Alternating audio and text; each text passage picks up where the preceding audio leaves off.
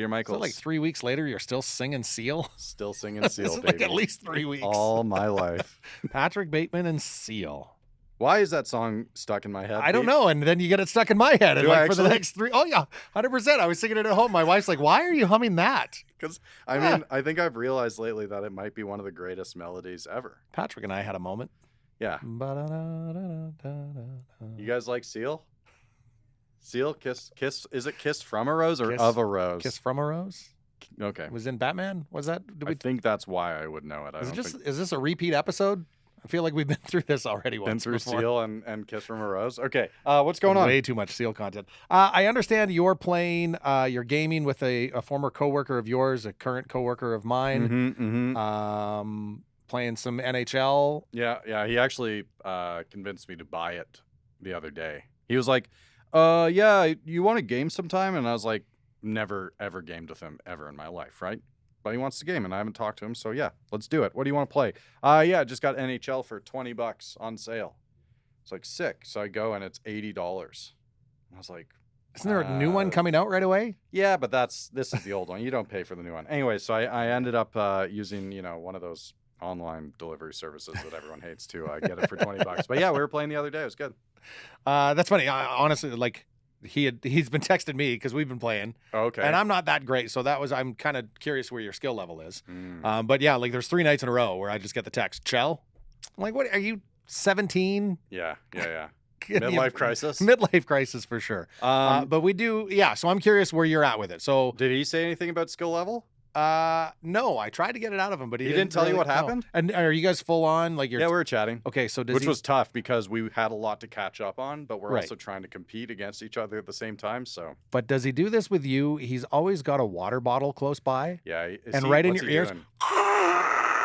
Oh, Like- he's drinking. He's drinking out I of thought a he was a chewing squeeze seeds bottle. or something. No, it's and all the time, and it's right in your ear. I was like, at one point, I was going to ask him, "Are you chewing seeds or you dipping?" Because I thought maybe he Man, I had a think fat pack of dip. Is that the I think slang? he's off of that stuff now. But Anyways, it was really funny because we decided to play against each other, and I didn't know how this was going to go. I haven't played a hockey game in years, a couple of years at least. But so we played, and I think I can safely say I dominated the first game. Oh, okay. And then I need a little 3-minute puff break, and it was dog shit after that. I was barely keeping up. But he won the series 2 out of 3. Okay. Well, yeah, he's typically we have close games, but I think he wins pretty much the majority of them all. Oh, But does like he? 1 goal, 2 goal games. Yeah. So, but I had my 14-year-old son was watching us one night, so we started another game, and I just casually handed the controller to my son. Oh, you dirty dog! So I kept talking to him, like we're like, oh, and anyways, it was a little bit of a route. My son took it. He's like, what? Where did this come from? I'm like, I don't know. Like I googled a couple of things between our last game. I think I got this figured out now. That's And that was awesome. I think that was That's last awesome. time we played. Did you so- tell him? No. Oh, this is how he finds out? This is how we. Oh yeah, he's gonna find out this way. That's so good. Yeah, that's I often wonder like how many of our guests actively play video games. We know some of them do. For sure, some of them do, and I think there's some Some that of them are. use it on tour as like I was just gonna a way to pass the time. And there are. I'm trying to think of examples, but I'm positive that I've seen some like tweet out that what their usernames are and that they're really? open to playing against fans. Oh wow, that's I'm crazy. sure We I've should seen try that. that sometime. I wish I could remember who that was, but I'm sure I've seen that a couple of times. Put together a big old Road the Stage gaming tournament. How does that sound? We did actually once upon a time. We did have a Chell tournament at Bose. Oh, I remember that. Yeah, I forget. Did we it had, like- happen or was it booked? No, it happened. Oh, okay, It cool. happened. All right, there's a thought starter. Maybe someday. So we just got off. I hate saying the phone, but we just got off our video call with our guest tonight, Dave Monks. Yeah, Do we have time to list off? every band that you love. Dave Monks of Dave Monks, Tokyo Police Club, the Canadian supergroup Anyway Gang, and Max. And the Dave Goes Wild social media Empire. world empire. Sure, we'll call Yeah, it an empire absolutely. for sure. He's easily one of the most creative people that I can think of. That's just always going. Yeah, so go follow him on social media. Dave Goes Wild. It is not like he puts out some great content for you. Also, we're not unfamiliar with him. I've talked to him a couple times. I'm sure you have as well. Yep. He's a fan of Bose, as you can see in, I'd say about a quarter of his social media posts. He is repping Bose gear out in Toronto. And he's or wherever keeping he that is. hat in great shape. Like, I think he's had that hat for a good few years. Yeah, for real, for real. So you can tell he takes care of it. Yeah, so we're big fans of him. And if you are not, you will be momentarily. Agreed. He's got a new record coming out, a solo record, October 15th. I did want to ask him why he named his label Ghost Pepper Records, but that'll maybe be for another conversation. It's always good to leave a little something for part twos. Who's joining us at this this wonderful table in the Communal Creative Studios with producers Ryan and Ryley staring at us right now? To Go Services Inc., Sawback Brewing Company, Tourism Red Deer, and of course Bose Bar and Stage. You said that very... Tourism Red Deer. You afraid you might slur the first word or something? Like I have to... Am I over-enunciating? It's Tourism Red Deer. Yeah, so shout out to all them. And of course you, our lovely listener, for subscribing to the Bose Bar and Stage YouTube channel where you can watch all these episodes, or giving us a like and a follow on our social medias. Rate and review on Apple. On Apple. How's that sound? Let's talk to Dave Monks. Well, first of all, thanks for joining us.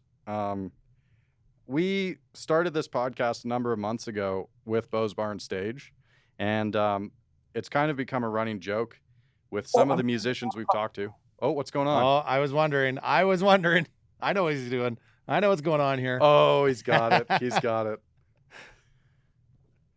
I don't know that anybody flies the flag better than Dave. This is what I'm Bose. talking about. It's become a bit of a joke where we see you post pictures and you're repping some Bose merch. What's that? So hard. Do they have visuals on podcasts now? Have they worked that out yet? Just so everyone can see that I'm wearing the Bose hat. We are indeed releasing this on YouTube. Absolutely. So thank you for doing that. I think it was Deer Rouge was in a few weeks ago, and they bumped into you in a studio in Toronto a while back, and you were wearing a Bose hat. Yeah, we were working in the same spot, and I wear this hat a lot. It's the perfect size, you know. It's not like a dad hat where it's like makes my head look big because I have a big head, and it's not like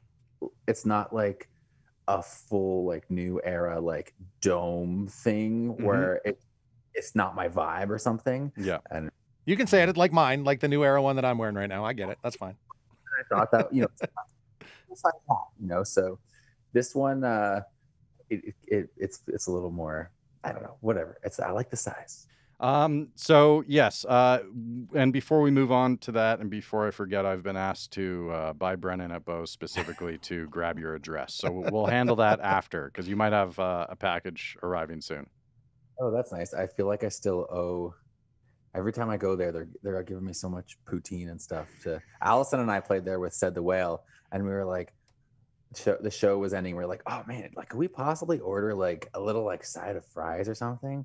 And he was like, hang on one sec. And he came out with like a full thing of nachos, poutine, and wing.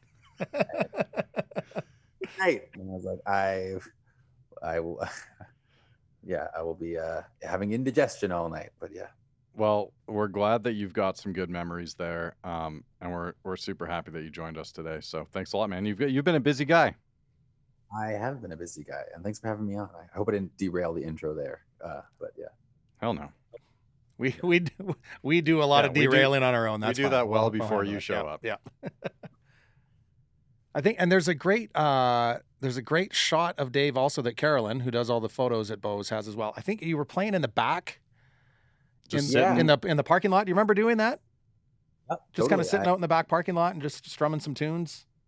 Yeah, that's a couple times I've been to Bose and I've done that, and I like it because I don't know, just I guess because there's no walls on the dressing room, so it was like a quiet spot to go. But yeah, it's kind of vibey too. I might have written a tune out there. I can't remember, but I had yeah. Oh, yeah, that was nice. That'd be interesting. Write a tune in the parking lot between Bose and the billiards place. Totally. I just used like the snooker balls as my rhythm section. That's pretty genius. Is there ever a moment you're not creating? Because it just like there's just so much Dave content. Is there like obviously you're watching Squid Game once in a while, but is there other than that? Is there a time where you're not creating or thinking or crafting something or learning how to create? That's really nice that you say that, because I'm just sticking my head out there now, doing a little bit of press for this album, and people are kind of coming back to me with like hey, you've been doing a bunch of stuff, and I'm like, yeah, I have been doing a lot of stuff. So that's cool to be noticed. I take downtime, and I probably need to take a little more of it. It has been a pretty crazy year. Or it's just been a slew of albums and a lot of stuff, and then I did the whole TikTok thing, and definitely slowing down on that now. But there's been a lot of stuff, and I like making things, and I think I get a kick out of just trying it, and like not necessarily always doing a great job of things, but I like the idea of just like getting my hands dirty with something. So and how much do you analyze what you're doing? Like, because you are cranking out so much, do you crank it out, or do you sit with it, internalize it, and go, should I release this? Maybe this isn't, or do you just do and let the world figure it out? No, I'm thinking about it. Like, definitely, like, my solo thing. I was like, I was trying not to overthink it, but definitely, like there was like a couple mixes right before they went out. I was like really spent like a whole afternoon just like sweating if like something should be a tiny bit louder. So like I definitely still get like caught up in those little cogs and stuff, but maybe a little less. Maybe I sweat it a bit less, and I try not to sweat the social media stuff. That stuff I'm like, I kind of compartmentalize. I'm like, okay, there's the stuff you make that is your like, represents what you're about. And then there's everything else is just marketing. And it's just, you just check the boxes and do it. And that's great. And that's what it is, Yeah, but you made that music video where you learned how to dance, right? Oh man, that was crazy. I also got COVID right before that too. Oh, what? No. Yeah, I was like, I had this whole thing planned, and the single was coming out, and then I got COVID, and I was like, obviously, I'm just gonna watch all the Star Wars movies and prequels while that. But I was also kind of like, shit, I have to get better like on time, because, like I think like I had just gotten better, and I did that, and maybe even pushed it a little too hard. It was, but yeah, I got it done, and I can hear my mom being like, you gotta chill out, man. You gotta do a little bit less stuff. So yeah, it's a pretty active video, right? So was that choreography yours, or you were on COVID when you filmed that video? It was just better. I was like, I had COVID like 2 or 3 weeks ago. So before like, so I basically was like, I want to dance in the video, and I want to shoot on my phone and whatever. And then I did like a test shot, and I showed it to Allison. She was like, nice, I like it. I think you could plan any moves at all. Like have any sort of a plan going down for this dance. And I was like, okay, so we did a choreograph together. So then she like helped me put all the moves together and taught it to me. And then she was like, holding the camera and making sure the wind didn't like blow it around and stuff. So it was a team effort. But that was really fun, and then my friend Andrew edited it, and definitely it leveled up with that. Yeah, it was pretty sweet, man. It was pretty good on you. I don't think I would. I don't know. I don't think I could just learn a full choreographed dance performance and then just put it out in the world. I feel like it's like it's like such a free pass for like doing a music video or something, because it's like, okay, obviously no one expects me to be a good dancer, or like it's not a thing I do. So automatically you're making something that's not going to be assessed on like how good of a job you're doing on it. It's just that you're doing it. Whereas if I was like going to do like a more traditional music video, or like, I don't know, come up with something really clever, it would have to be like actually good. Mm-hmm. I don't know. Well, we should mention that all of this, or a good chunk of you being so busy and you promoting yourself so much, is because just a few days after the release of this episode of The Road to Stage, you've got an album out. Yeah, I have an album out October 15th, and it's a solo record, and it's called I've Always Wanted to Be Me, and it's 14 songs of non-congruent musical adventuring. Is that in the liner notes? Is that splattered across? How I learned to, yeah. I like that a lot. You've put out a few songs from the record, and I realized something the other day. I was already planning on telling you how much I like the collaboration with Shad, Don't Get Pushed Around. Like, I genuinely love that song, and I've listened to it a ton. But it came out around the same time as the Kanye album, I think. The Kanye album, Donda. Okay. I think it was around the same time. And I realized the other day that I've listened to that song 20 times more than I've listened to any part of that Kanye album. I think that's kind of cool, right? It's fucking awesome. It's sick, man. It's really, really sweet. It was, I was kind of convinced to record it in the studio by Jesse, and Adam, who were working on the stuff with me. And I was like, I don't think this is a real song. This is just something like I sing when I'm walking down the street sometimes. And oh shit, I got Discord. We got Discord bings going. I like it.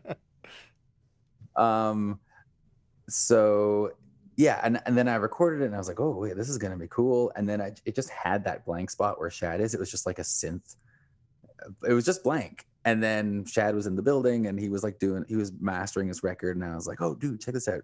Then he came in, he was like, I've been wanting to do one of these kind of beats. And then he came back a couple of weeks later with like stuff written and planned. I mean, obviously, because that's what he does, but like I was still kind of my heart was so warmed. I was like, he's thought about it, he's internalized this, and he's like kind of responding to my line in the song. And it was really, really cool. Like I can't believe it wasn't going to have Shad on it at one point. Yeah, that's a really good point, because it is. I listened to that song and I can't wait for him to pop in, and then I can't wait for you to pop in again after, because it just gets me going. There is, Adam was saying this thing that makes me think Adam drums on it. Okay. He's like, oh man, this song just makes me want to tear a phone book in half. Yeah. This sums it up for me. A true. And there's an explosion sample right when Shad's done, and the rest of the song comes back in. There's like an Independence Day explosion there that we were like riding in the mix, like right at the end. So. Yeah, it's sick. I guarantee it. That'll be on my a list of top songs of 21 for me. Guaranteed. Not trying to butter you up. So in the 4 songs are the 4 songs that are out on the EP already, those will be included on the album as well? Yes, totally. Yeah. The EP is sort of accidental because I'm also my own label. So I have a new record label called Ghost Pepper Records that I have no idea what I'm doing with, but I am learning as I go. And someone like, yeah, if you put a single out, put your other singles from the year on the same thing, because they'll get listens, and it's just about getting listens. And I was like, trying to be business about it. And I was like, great, okay, I'm going to put them all on.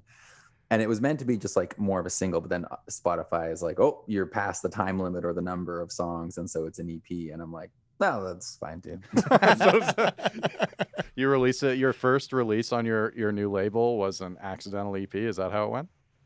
Well, like I put out a single in April, and then Wild Like Me was in June. Yeah. And then mine was in July, and then I put them all out again on this EP, and then I put my fire out, and then I was like, it turned into another EP, and everyone's always like, I love the EP, and I'm like, whatever.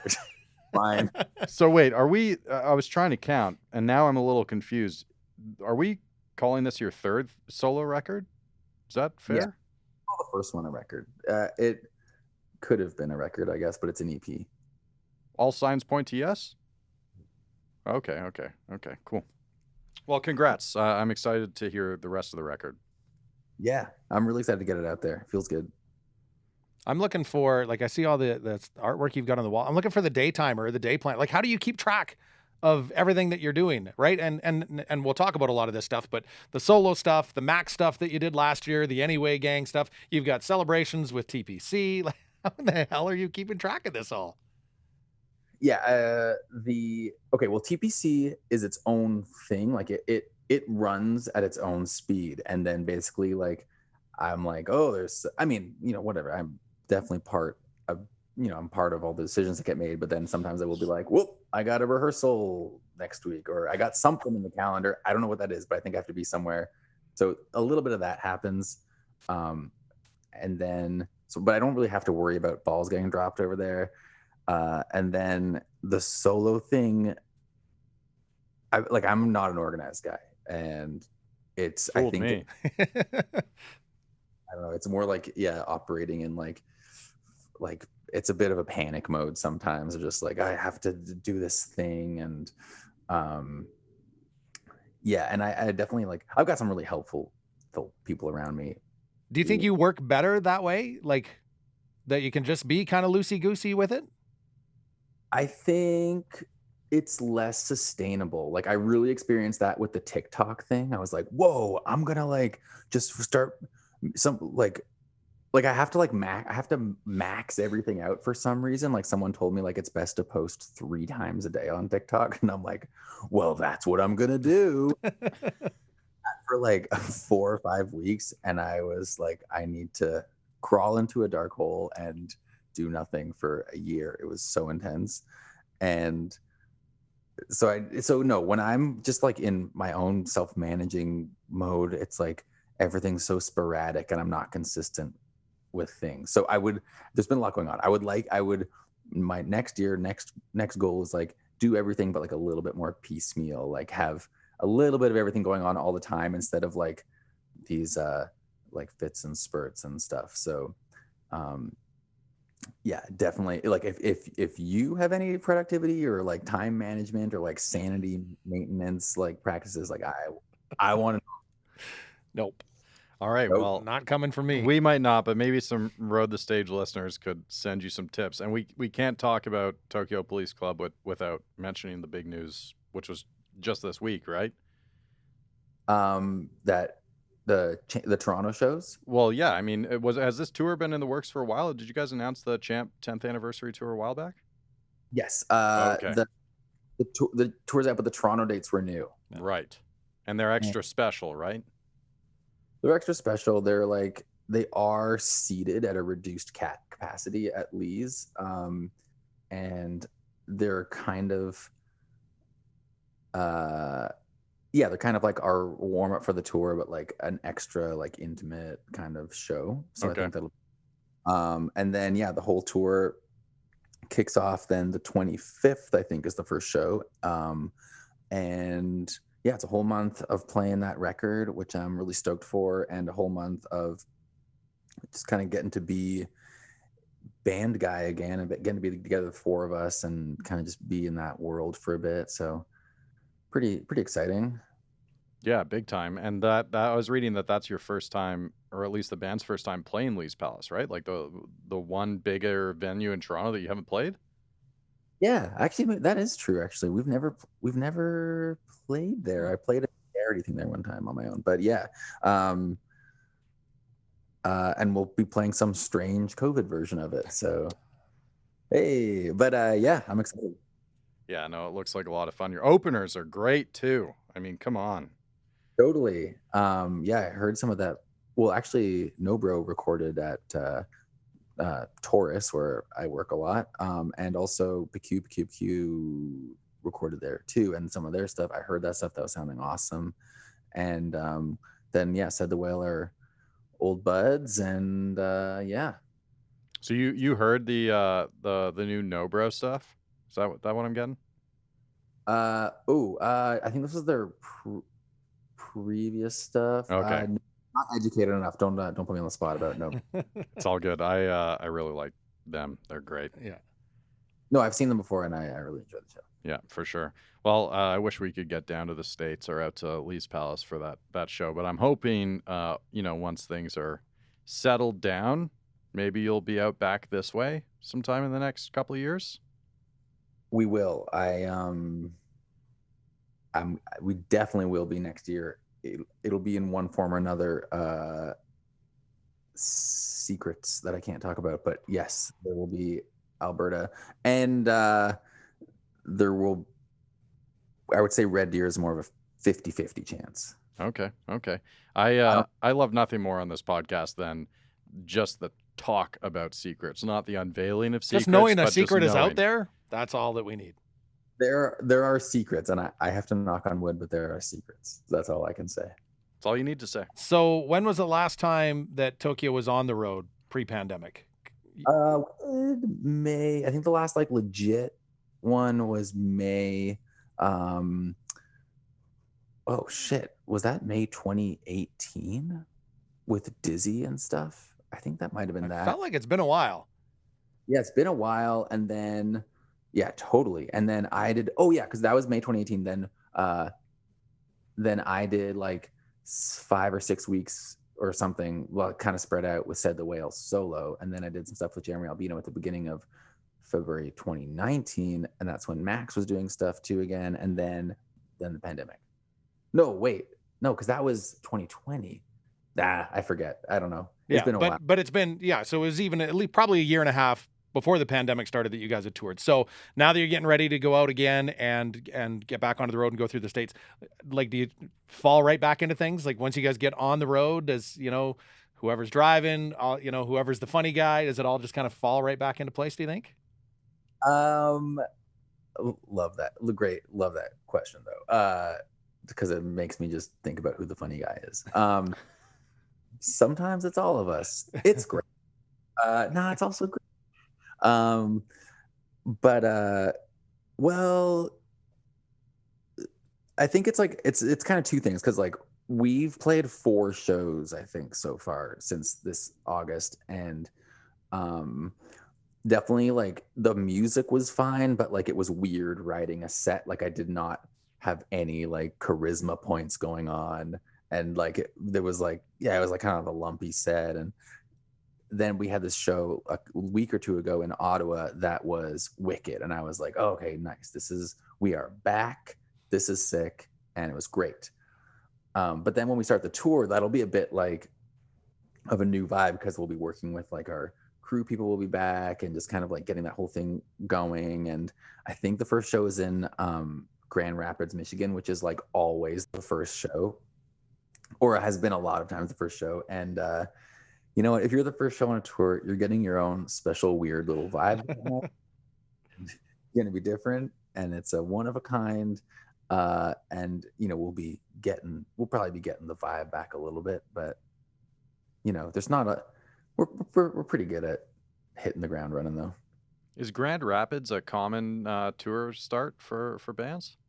Yeah, Michigan's all this. Oh, I think sometimes we start in Boston, sometimes we start in Grand Rapids, sometimes just straight up Detroit, stuff like that. Mm-hmm. From Toronto. But also, yeah, Michigan seems to be a lot about like playing like Ann Arbor and Grand Rapids and Lansing, and like stuff that I wasn't familiar with before I started touring.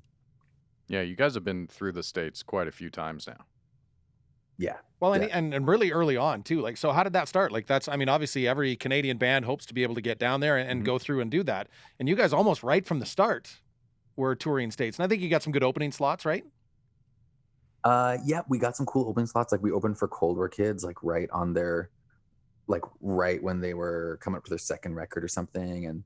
And we had some good opening slots, but I think it was like the blogosphere love and the Pitchfork review, and our first EP was just like kind of a passport. It's like we didn't really exist in the Canadian scene first. We just were everywhere because it was like I don't know, it just like it was that was our like little moment. And it's funny because I know that like Canadian bands are like, we're tired of like going back and forth, we want to go to the US. And I'm like, yes, that's nice though, it's nice in Canada. I'm like, let's it's nice here. I don't know, I don't feel I don't know, I feel like our US market is probably I don't know, a little more of a nostalgia fest than like Canadian fans maybe, who are like in on everything we're still doing. And but I don't know, what the fuck do I know? There's definitely people who are just stoked on all of it everywhere. So yeah, we're really lucky with that was kind of part of the beginning for us. And I'm curious too to talk about, and I think Patrick had mentioned you guys have talked about the Letterman experience before. How did you get booked on Letterman the first time? Like, I've heard you talk about the experience and how great it was, but like, how does Tokyo Police Club get booked onto Letterman? In 2007 was the first time? Yeah, well, so your press, like, basically you have PR for the record, and they like start pitching you to everybody, and they're like, "Hey, we're going to be in New York on these days." It's also weird. I think they don't do. It's not like, "Hey, we want to be on your show." When works? They're like, "No, no, let us know when you're in New York, and we'll see if we're available." And you're like, "Oh, that seems backwards, but okay." And so we got. Yeah, like I think it was just like because our name was, we were just having that moment, and people were like, "Yeah, come on." And I guess, yeah, then we played Letterman like 3 times, and it was I don't know, it was that first, the first couple years of it all were just like sort of a blur, but it was, I was less nervous each time I went on Letterman, a little bit less nervous each time. And what was the bigger, like, I know what my answer would be, but like the bigger star factor, that Letterman's sitting across from you guys while you're playing, or that you're on the stage in the building that the Beatles played the first time they came to the States? Maybe maybe that. But then also the other guys in the band were really into Letterman. I wasn't like that into. I just didn't know.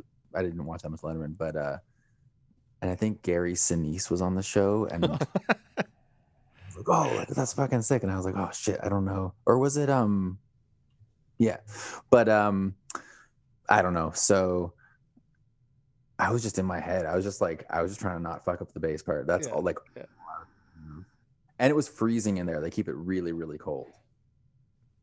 Interesting. Yeah, I it seems kind of crazy talking to someone who has been on, because how long's Letterman been off the air? It's been a while now, yeah. Like Yeah. 6, 7, 8 At years. least, yeah. And to think that you guys did it 3 times in this old era of late night talk television is pretty cool. I'm not trying to make you feel old, because you're not, but you know what I mean. No, start young. Okay, so you mentioned another project of yours, so I'm going to word this very carefully. Can you confirm the existence of secrets involving Anyway Gang? Yes. Okay, cool. Next question. What is that secret? No, we established we don't need to unveil the secrets. That's we just need to know the secrets That's exist. that's a pretty big one. I'm curious. Obviously, with the show, The Road, the Stage, we talk a lot about touring. How is it jumping from project to project as you tour it? Like, you're so used to the guys in Tokyo Police Club and touring like that, and now all of a sudden you're jumping into a different dynamic with Sam and Chris and Menno. Is it the same regardless of who you're touring with? Are there different parameters at play? Those guys, it's all different, and it's thankfully, like, and thankfully they're all like, kind of wonderful little worlds to be in, because I don't think it's just, you don't just throw anyone into a room together, and also like an Anyway Gang tour would be my dream. Like, that's not necessarily in the works. We've just been spending time in the studio together, but it's great being with them, because like I'm just taking notes, man, to be honest. I'm like they had this idea for my song on the last record. They were like, cut the verse in half here and then get to the chorus. And I was like, oh, wait, now that's awesome. Wait, what have I been doing my whole life? I'm going to have all these short verses. And then Chris does this thing where he's drumming and he doesn't push the 1 on the kick drum. I get doon da doon da doon da doon da boom. Like, that would be Tokyo. Oh, I sang that too fast to make this example good. But anyways, he goes doon da doon da doon da doon da da doon da, and he just keeps the kick drum going straight. And I was like, wait, it's like the Full Moon Fever thing. And I was like, oh, that's how you do that. That's cool. And just seeing these guys work, as well as like watching Sam like sing and play acoustic, you're like immediately just like, well, I know why you're famous. Like, this makes total sense to me. He makes shit feel so easy and natural. And then you go to sing like backups, or you try and like get on his chorus or his verse, and it's like, you realize he's covering this like huge range with his voice, and it's so effortless, and everyone's a great writer. And yeah, it's like you look behind the curtains and you're like, whoa, they do all the same shit I do. And yeah, they have like little foggy patches in their songs too where they don't really know what's going on, but that's like part of it. It's not that any of them have all the answers. It's just that they're really fucking good at a few things, and like it's really cool. Very cool. When you guys And also, yeah, go ahead. I just feel like I have to also hand it to Mano for being like rad as a bandmate, and also just like getting this shit together, and like having the vision, and like getting everyone together, and then putting so much energy into it. And like he like it like sounds nuts when he starts talking to you about it. At first I was like, sure man, like I won't not be in that room, but then he like actually makes it happen, and you're like, okay, this is insane. Is it weird for me to refer to Anyway Gang as a super group? No, because it's super and it's a group. Okay, I like that perspective a lot, because like I just feel like that kind of project doesn't come along very often. And I think I remember when we first got to hear what you guys were putting out, or even just knew that you guys were working on that. And it was a really like, oh, that guy and that guy. And I think, wait, what? honestly, How? I remember I saw the Exclaim article on it. So Yeah. before I'd even heard anything. And I went, holy shit, that's going to be amazing. Oh, Just looking at the names involved. Yeah. Yeah. It's really exciting, and it's honestly, I'm really honored. I'm glad to be in that company. It's like cool for me. I'm like I'm the youngest. I'm the only one who doesn't own a property in the group. That was the goal. That was the goal of Anyway Gang, was to get Dave some property. Yeah. Come on, guys. What nice guys. What generous dudes. That's amazing. Well, I'm excited to learn more about the secrets of Anyway Gang, because I believe I had seen something about you guys hanging out recently or something like that. I don't know.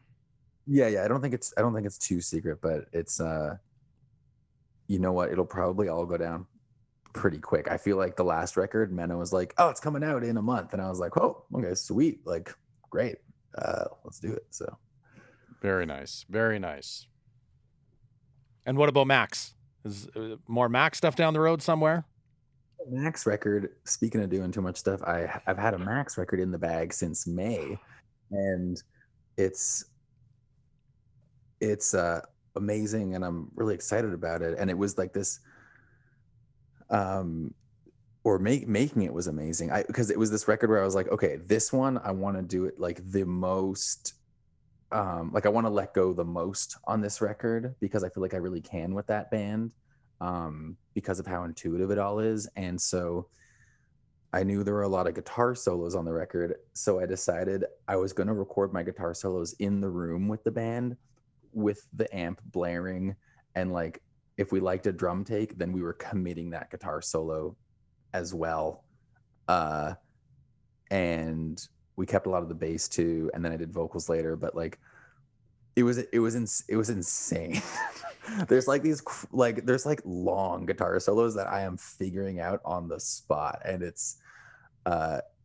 felt dangerous, and I'm really proud of it, because I feel like it's something different, and it's nice to connect with, like, I feel like that band, when I started it with those guys, like I had all this material that I knew I needed a band to fit around, and now I'm like, oh cool, I just want to fit into this band now. So yeah, so that's got to come out at some point. Yeah, you got a lot going on. Yeah, I got a lot going on. So what do you have any plans for the release next week on the 15th? I'm going to hopefully have some live content I can put out soon, and I don't know, I guess I should probably set up like a group listen or something like that, or like a listening party online. That'd be pretty cool. Yeah, have you done any of those before? No, but you could do them in like Discord, right? Yeah. Yeah, I'm sure you probably can. That's a good idea. Discord, or even I'm sure Zoom. Yeah, And some of something. those other would have a- Discord's more fun though. Yeah. Okay, I'm just emailing myself about it right now. Yeah, email yourself about Discord listening party. You can get, Okay. I don't know, play some games or something too. Okay, cool. Yeah, That's a, it wouldn't be a bad project, I think. That's the trade. That's the idea. So you let us know there's a secret. We don't know what the secret is, but there's a secret, and then that's Patrick's trade in return to you. The idea Yeah. for the I big like it. listening party. This is how stuff gets done. Yep. It's just things Totally. said. I have to make that happen now. Okay, great. Yeah, no, I'm again, I don't want to say too much, but I am very excited to hear the new record, which again, upon the release of this episode, will be out on October 15th. Yep. Take a listen, guys. And if you're gonna go listen, just follow me on Spotify. It's so much easier. Then I can stop bothering you to click on all my links. Yo. Yeah. See, you say that the whole Spotify thing, and like, I'm a bit of an outlier in that I don't use Spotify. I use YouTube Music. Oh, really? Then I am contractually obligated to end this interview. Yeah. Take the headphones off, drop them, walk out. I'm starting to feel bad. You should. I thought I was doing the world good. I don't know. I It's like- I thought I was providing a listen on a different platform. It's I thought that would be good. It's a bit of an evil monster, but a necessary one, right? Like, Yeah, I mean, we're making a billionaire richer, and we are. I don't think, like, my worry is that it's creating listens for people, but that's not turning into a career for people. right. So, Right. right, and I guess that's pretty plain. I mean, at zero, like, yeah, like, I don't know what, like 10,000 plays is like, wait, 0.2 cents a play, so 2 cents per 100 plays, so $2 for 10,000 plays. So yeah, 50,000 plays is $10. It's a killing. What are you going to do with it? Yeah, what are you gonna do with all of that? My distributor, for starters. Well, when you put it that way, I don't know. It's a weird world out there. We'll see how it changes in the next few years. But I guess that's what you have to do. You put it out through that platform, and then you do other things like the listening parties and obviously the touring and some other things that you can hopefully bring people directly to you.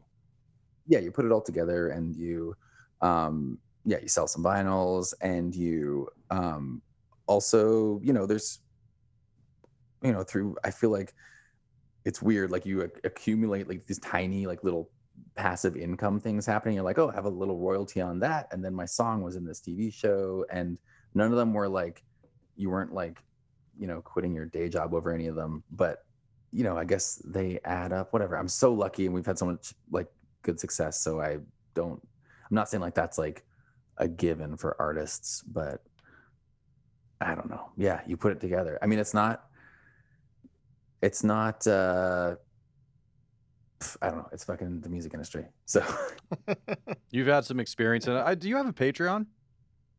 I do have a Patreon, Okay. but don't sign up for it right now because I'm changing things around a little bit. Or you sign up for it, but I gotta change it because I had these ideas of all these things I was gonna do, and I set up these tiers, and now I have this email drafted. I gotta, like, all these people are awesome, and like they have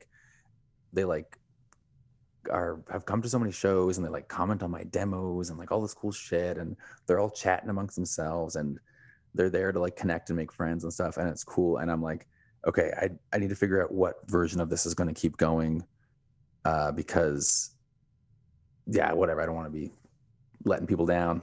So, but in the event that someone did want to sign up for your Patreon or plans on in the future, is it also Dave Goes Wild? Yeah, / Dave Goes Wild. Yeah. Okay, so just go follow Dave Goes Wild everywhere you can. I almost like, sometimes I want to change my artist name to Dave Goes Wild. Just be Dave Goes Wild, but I feel like. But what happens in that moment where you don't want to be wild, where you just want to, like, there's got to be a couple of moments where you just kind of want to Dave Goes and Chills. Exactly, because I was like, you know what? I'm always going to be Dave Monks. No matter what I do is going to fit under that. So why would I create a narrower? I don't know. Sometimes I get too in my head about it. But yeah. Or you go with Dave Goes Wild and you never actually go wild. You just stay super chill. Right. Dave Goes Wild, and then just put out like some extremely chill records. Yeah. Some chill wave, Dave Monk's chill wave. I was I feel like everything's chill wave now. Everything's like synth wave dream pop with an 80s flair. That's how every project gets described. Like, have you heard this thing? It's kind of like a 80s like bedroom dream pop thing with like split of a synth wave, like laptop R&B. And I'm like, man, that they got genres for everything now. Yeah, totally. I think there's one that I was like kind of sinking I think Death Wave was one that I was kind of sinking my teeth into a little bit. Just Okay. wave. And Wait, so I like it's like a way of saying like if you liked that, you'll like more of this because it's all under this. yeah. Yeah. I'm typically either waving or gazing. I think that's what I've realized recently. Um yeah, totally. But then, then there's like I feel like we also probably all have these like genre spanning music taste. It's like I like Autechre and Aphex Twin, but like I don't go listening to a whole bunch of like minimal electronic stuff. And I like Royal Headache and Pissed Jeans, but I don't need to listen to all the new punk stuff that's coming out. Or I don't know. I feel like certain songwriters connect with me, and I'm like, yeah, maybe there should be like a dope songs wave or something. Just dope. Yeah, yeah, exactly. Can you posted a playlist recently that had Aphex Twin on it, and like, Yeah. can you listen? Do you think someone can like listen to Aphex Twin for 2 hours straight, 3 hours straight? Have you ever done that before? I can listen to a lot. I don't yes, I listen to a lot. There's like, those songs that you just like you go for because it's just like your safety blanket thing. Like there's Okay.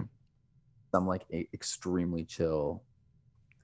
But then I also love some of his like I love a lot of it. I feel like sometimes with electronic music, people are like, "Oh, you should check this out. You should check this out." And I'm like, I can't tell like what's good. Like I don't have taste buds for this. Like I can't tell what's good, but I feel like I don't know if it's just marketing or just because I already know people like them. But I'm like, okay, I can hear a voice in this. Like I can hear that this is this person doing a thing. Whereas like electronic music, I mean, any music, honestly, is just so easy to make. I mean, there's just tons of it. It's hard to tell. Like I don't know. I guess like I want to listen to it for more than just a mood. Like I want to connect with like some art. Mm-hmm. Yeah, I mean, it's funny for you, spent the last 40 minutes or so talking about all this music that you've been creating, and then you, near the end of the conversation, talk about how easy it is. So, inspiring words for fellow musicians out there. I love it. Music is really awesome, or sorry, really easy. Making good music. Well, actually, maybe all music is good though. It's just like No. okay, but I think that maybe all music is good though. Maybe music that connects. Like the concept of music, you mean? Yeah, like the concept of music is good. Okay, wait, I like connect. Like it's hard. Like connecting with people is difficult. Like the same way that like writing a really important email to like your boss or like having like a phone call with like an ex lover or somebody is like you're like the words I say here matter. Like this matters. And it's going to be difficult, but it's possible to connect in the exact way so that this person knows. Like I feel like music is like that. It's like, okay, it's not going to be hard to just like yell some shit over drums or play something quiet and be like, like make something that sounds beautiful. Like that's really easy. But if you're like, oh, but I want to connect with somebody and like eliminate a tiny bit of loneliness from whatever little bit of feeling they're having or might have had or connect to, is like that is much harder. And I think that like I guess that's kind of what gets me about like people when they're into like just like generally into like chill wave or like some wave. I'm like, and I get that like sometimes you just need some chill stuff while you're studying or trying to fall asleep or running or whatever. Like that's different. That's fine. But like that's not what's interesting about it to me. It's like, yeah, like nothing's wrong with any genre. Like they're all cool. They're all just trends that are coming and going. They're equal. But it's those moments of like when something, I don't know, reaches out beyond it that's interesting. It's like magic, and like it's not has nothing to do with like whether it's like drum and bass or like I don't know, some genre. Hey, drum and bass can do it for me sometimes. But can all drum and bass do it for you, or is there like some of it that you're like, ooh, that one, something about that? And what is it about? I wonder that all the time too. Like, what is it that connects me to the certain artists that I'm connected to, and why isn't it with others? Like, what is it about that particular? There are a couple albums that I think I listen to and have listened to a lot for years and years. And there's one in particular that I think I've tried showing it to a few people. And I don't know how long. Do you know Burial? There's an album. Oh. It's called Untrue, I think, is the album. I should know the name. But to the average listener, it probably sounds like the exact same thing for like 45 minutes. But to me, it's like worlds apart from song to song to song. Yeah. And you're like, that one record is like doing this special thing. And honestly, that's probably how like indie rock stuff sounds to somebody who doesn't listen to indie rock. They're just like, yeah, that's this. Yeah, white dude's got feelings. I get it. Like, nope, got it. And you're like, that's my whole thing. Yeah. Oh man, that's got to be an album description someday. But yeah, I don't know. It's I don't know how we got here, but that was a pretty good. Gone deep. It's all right. That's the world of podcasting. Well, listen, like I don't know. You got anything, Pete? This has been amazing. Yeah. Can't wait to get you back into Red Deer. We'll get you a new Bose hat and some more poutine and nachos. Yeah, and I'm gonna email you in a few minutes and kindly request your address for Brendan if you don't mind. Oh yeah, no problem at all. Well, why not just get it now? We might as well just Dave, go ahead and give us your address now. Okay, it's Secret Street. Oh, secrets, more secrets. That's the title of this album, Secrets. There. Yeah, we'll get your address and your social insurance number for Brennan to Bose to send you some gear. So thanks for, I don't know, repping that hat all the time. It seems like you got it on all the time. I honestly, sometimes I put it on first thing in the morning because I can't have my hair in my face. I'm like, fair enough. Well, listen, man, congrats on the new record. Can't wait to hear the rest of it, and we're real excited to see you around these parts one of these days. Okay, I can't wait to get out there, and thank you so much for having me on. It was a blast. Cheers, Dave. Thanks a lot. Dave. Later on. Bye. See ya. Peace. Dave Monks. Dave is chill. At Dave Goes Wild. Check him out. And the new record, I've Always Wanted to Be Me. And it's fantastic. The record. Well, we haven't heard the 4 songs in the mistakenly dropped that's EP. Really, really funny. That's I love his demeanor, and I love the outlook of like, oh, okay, well, yeah. Well. I tried to make a playlist and put out an actual mini album. No, that's great. That's such a, I feel like that's a good tip for music creators and publishers in whatever century we're in. Sure. It's no different than anything else of battling algorithms and how do you get seen and viewed and showed up in things. So, which again, I think Dave had done a video as well that like for artists, if you hit follow, their song will show up in your release radar when they release something new. Well, you don't use Spotify, but so Spotify has your release radar every week. That's the bands that you follow get funneled into that. So wait, if you don't follow them and they don't make the Spotify new release playlist, then you might not necessarily see it. I don't know. I can't guarantee that you have to follow the artist for it to be in there. I think it also might look at your... Actually, that brings up something that I've been focusing on lately is following the actual labels of a lot of these musicians. I think one that's really gained a lot of prominence in Canada is Royal Mountain. Just an incredible roster of acts and artists and constant releases. So I think, for those of you looking to explore new music out there, try not to rely entirely on the bands that you may not know exist yet. You have to kind of dig a bit deeper and figure out the source, if that makes sense. I think that's fair to say, right? Honestly, that is a great way to do it because I often, I'm envious of you because you are right on top and you find so many things. I'm like, where do you find it? But that is a great source is to go to the label sites and just kind of bomb around. Yeah, for sure. And again, check out that new Dave Monks record this week. I've always wanted to be me. What do you got Feel going that way? on the rest of the week? God. I don't know, actually. I'm completely blanking. It's Thanksgiving it's this weekend. Well. Last on the weekend. Maybe a little chill. Uh, Maybe we could hook up for a little chill? little chill? chill. Little I'll chill? I'll throw on a tarp. Yeah. We'll play the first game and then you'll be like, go smoke. Come back after a couple of puffs and let's see if I can do some damage here. Yeah, exactly. What about you? You've got a week off baseball, which I can imagine is very difficult for you. It's very difficult. What am I Yeah. going to do? Like we could just keep Watch talking a- all night, right? Like I don't know what I'm going to do. Watch a real sport. Actually, I Just joking. should check. There is some wild card action of other teams going on tonight, but Of course, this team's already in. They've clinched it. Anyways, my wife is very happy to have my attention for a few nights because Yeah, it was totally. a very intense end of the season. You went on a little day trip the other day, right? You went Yes, to some yes, beautiful yes. scenic place west of here. Yeah, it's funny. I was going to mention that too off the top when talking about tourism Red Deer. That there's a lot of great things to see and do in Red Deer, and Red Deer is also a great launching point. Mhm. So we were at a spot. It's only 2 hours from the city. West. West. Okay. And I every time we go, I'm like, why? Like it's only 2 hours. Yeah. Why aren't we here more often? Mm-hmm.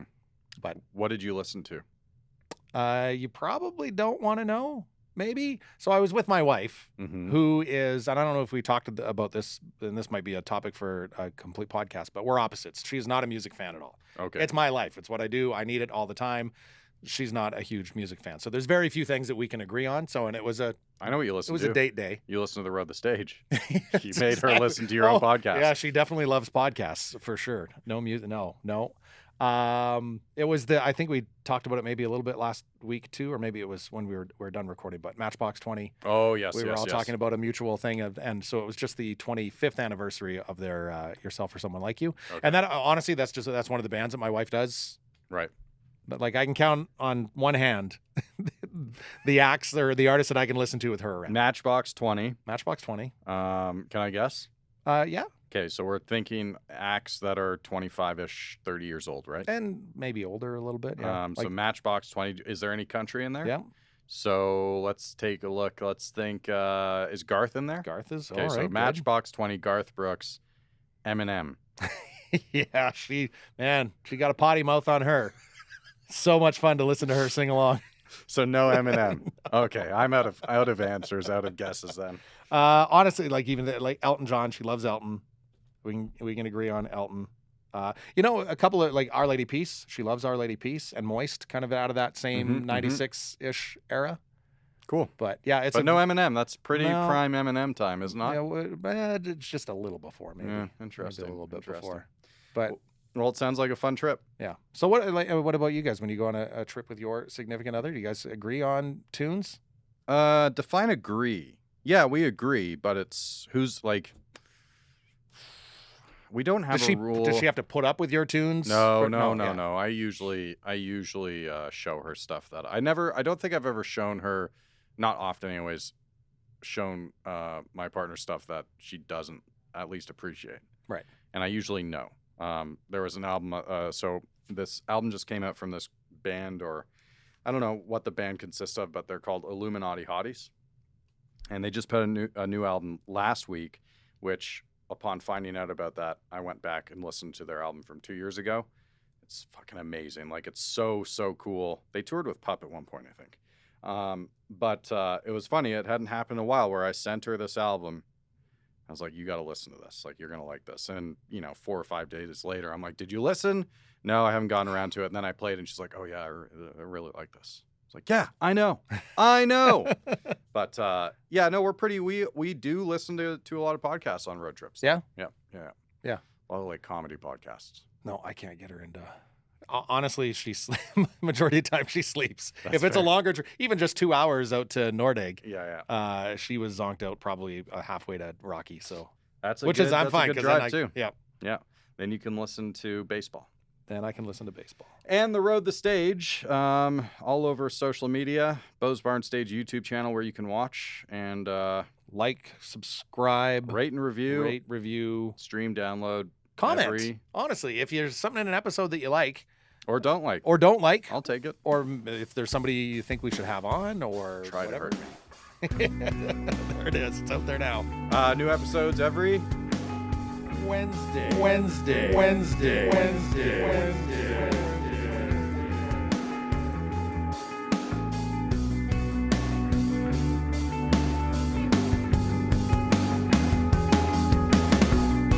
The Road the Stage is produced by Ryan Kuly and Ryley Surian at the Communal Creative Studios in Red Deer, Alberta.